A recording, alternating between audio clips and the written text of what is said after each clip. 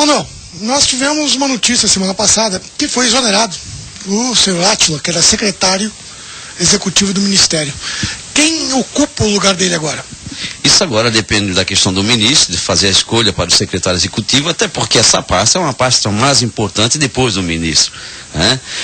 Ser secretário executivo é corresponder com a ação dentro do Ministério em todos os sentidos.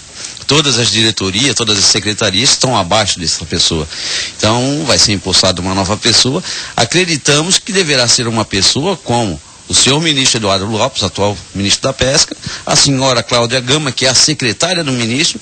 Ele deve colocar alguém também com a competência, feito a pessoa dele e a doutora Cláudia Gama. Agora, esperamos ser ansiosos, até porque depende muito da questão do setor pesqueiro avançar na pessoa do secretário executivo do Ministério da Pesca. Porque até então as coisas ficavam embaçando, vamos dizer assim, na Secretaria Executiva. Na Secretaria Executiva, que era aquela que toca os processos, os projetos dentro daquele ministério. A pessoa do seu Átila Maia nunca deixou dúvida de que ele era contra o setor pesqueiro industrial, né? Em todas as colocações dele, no Conselho Nacional, nas suas ações dentro do Ministério, deixava bem claro de que ele era uma pessoa contra o setor pesqueiro industrial. E ficamos contentes, alegres por saber de que essa pessoa não faz parte mais da família dos pescadores e do setor pesqueiro. Uma notícia boa é que passou no Senado Federal a aposentadoria especial dos pescadores. Esta criança agora será que nasce? Bem, Gaúcho, passou pela CAS e pela CMA. Duas comissões dentro do Senado Federal muito importante. Houve a necessidade desse projeto e a votação em plenário. E ocorreu essa semana passada, né? Não foi à toa que a gente ficou aguardando até tarde da noite para que isso fosse a plenário, fosse a votação, e para nossa alegria dos pescadores industriais, esse projeto 150 do senador Paulo Paim foi aprovado sim no Senado, e o mesmo projeto já saiu do Senado e já foi direto para a Câmara dos Deputados. Agora, resta a gente, como representante dos pescadores, pedir o apoio de todos os deputados federais, de todos, não só de Santa Catarina, para que esse projeto avance. E aí entra também as outras representações, seja do Rio Grande do Sul, seja de São Paulo, seja do Espírito Santo, Rio de Janeiro e Pernambuco. Nós vamos precisar aí muito da questão da representação sindical desses pescadores também, para que esse projeto ande como andou no Senado Federal. Eu acho que foi um dos projetos que mais andou no Senado Federal. Desde a sua entrada, em abril do ano passado, já ter sido aprovado no Senado Federal, já ter ido para a Câmara em tão curto tempo, demonstra, assim, o desejo do Paulo Paim como senador, Renan Calheiro como presidente do Senado, Ana Rita e muitos outros senadores do Brasil que viu com bons olhos essa reivindicação. Será que isso antes da política se resolve? Acredito que não. Tem uma votação em caráter de urgência e especial na Câmara de Deputados agora em setembro. Nós vamos solicitar aos deputados para que isso vá à votação também na Câmara de Deputados com rapidez, mas é muito difícil que antes da eleição isso seja colocado em votação na Câmara. Mas esperamos que ainda nesse ano de 2014. Pescador lá fora ainda está colocando tubarão fora? Com certeza, um grande desperdício. Essa é uma das grandes situações que nos envergonha como pescador, até porque a gente sente vergonha e está jogando alimento fora, né? Essa é a vergonha do pescador, está jogando alimento fora. E mais feio para a questão do pessoal do meio ambiente, né? Que bateu de frente, está fazendo isso ser necessário, e agora nós vamos tentar reverter isso. Até porque o documento ao Ministério da Pesca, Ministério do Meio Ambiente e Ministério da Agricultura já foi enviado. Se as questões do setor pesqueiro industrial não forem resolvidas, certamente em setembro nós vamos ter um grande movimento do setor pesqueiro contra todas as situações caóticas, né? Aqui os pescadores, amadores industriais da pesca estão vivendo por questão de leis burras, né? Provocadas e colocadas em prática por pessoas que não conhecem o setor. Mais uma vez eu volto a dizer, eu não estou fomentando nada não. Mas essa promessa já vem de longa data. Por que isso só em setembro? Por que o pescador não reage com mais imediatismo, Manuel? Eu digo para ti, Gaúcho, né? O pescador às vezes quer até reagir, Mas o pescador também tem a pessoa do patrão dele, no que ele trabalha não é dele, o barco não é dele, é dos armadores. Os armadores têm que estar conscientes da necessidade desse movimento também, mais do que os pescadores.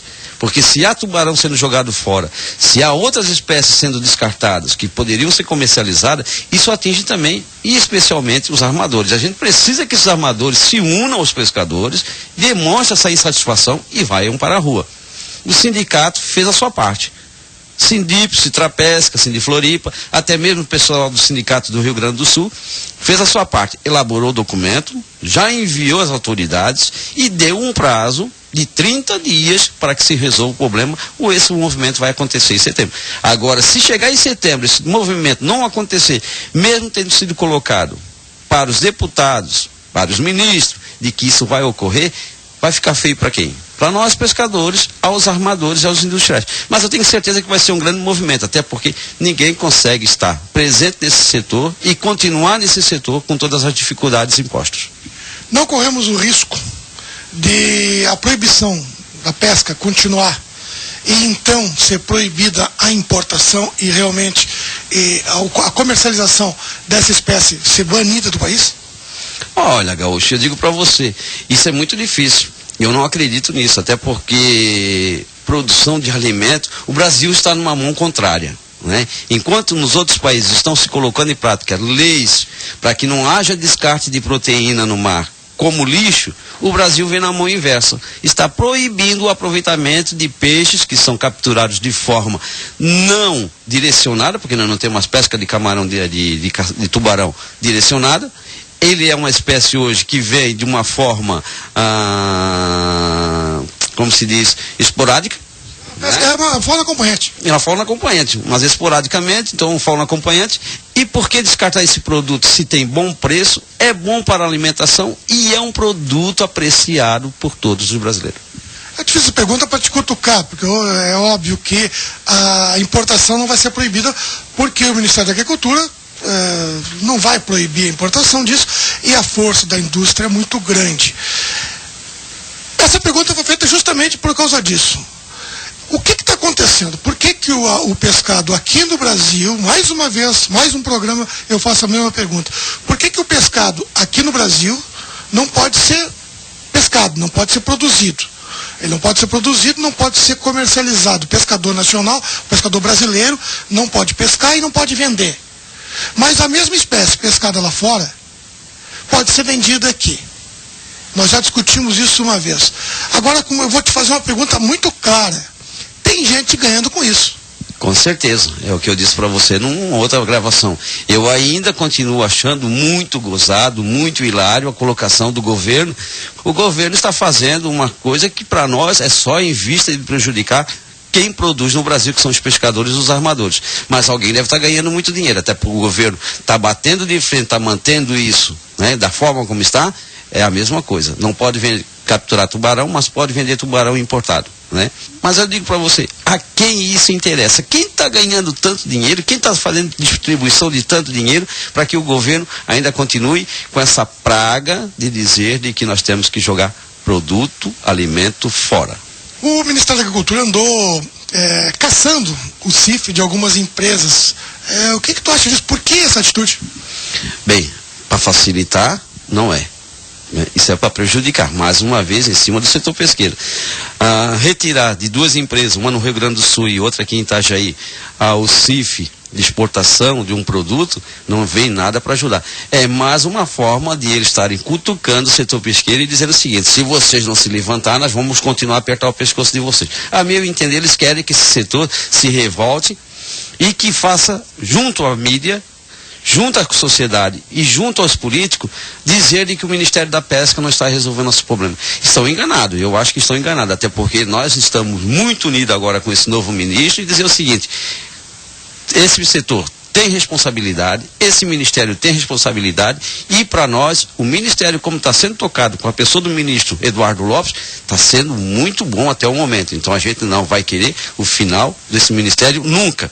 Nós queremos a troca de pessoas, como aconteceu com o secretário executivo. Isso tem que acontecer. Agora o ministério tem que permanecer e eles não vão conseguir fazer com que esse setor tire os olhos de bem tratar e de bem querer o Ministério da Pesca, não. Por falar em troca de pessoas, tu estava falando, eu estava aqui pensando com meus botões. Nós conversamos há um bom tempo atrás referente às carteirinhas de pesca, que o Citrapesca está afastado desse sistema. Consertaram o software para fazer esse recadastramento? Ainda não. O sindicato não voltou a fazer, não vai voltar a fazer, por questão de problema do programa que foi repassado ao sindicato dos pescadores para fazer as carteirinhas. Os erros, os problemas eram grandes, eram preocupantes para a gente continuar a trabalhar com o Ministério com tantos erros dentro de um programa só, mas até o momento ainda não se eliminou esse problema não, até porque os mesmos problemas continuam a acontecer em Santa Catarina, na superintendência, no Rio Grande do Sul, em qualquer lugar que tem pesca, que tem superintendência e tem local para fazer recadastramento, todos os problemas continuam a acontecer da mesma forma. Vamos dar uma olhadinha na entrevista do seu Hortz Roring, só para te dar uma olhada, do que ele falou naquela época, referente ao que aconteceu, inclusive, até desculpas, ele pediu para o pescador. Vamos dar a matéria para o Manuel dar uma olhada e já comentamos. Seu Hortz, nós tivemos um problema há uns 15, 20 dias atrás, referente ao escritório do MPA aqui em Itajaí. Inclusive, com o Citrapesca pedindo para sair desse sistema. Como é que está essa situação?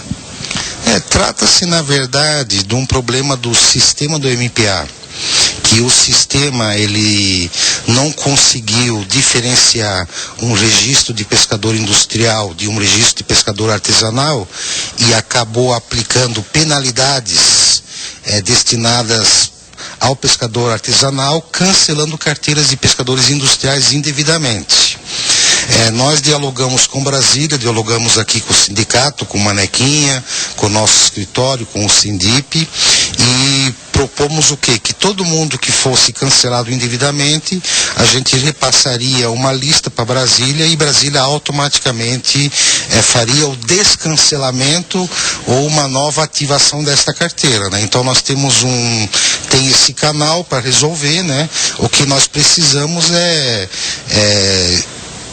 infelizmente nós não temos aqui acesso no sistema para ativar as carteiras, mas nós tendo em mãos o nome dos pescadores prejudicados, automaticamente a gente passa a demanda para a CEMOC, para a Secretaria de Monitoramento e Controle em Brasília, que praticamente no mesmo dia a gente está resolvendo esta dificuldade, né? Que, como eu já frisei, é um problema do nosso sistema que não consegue fazer uma leitura, né, diferenciando carteira industrial de artesanal, né? Então, infelizmente, a única maneira que nós temos é essa.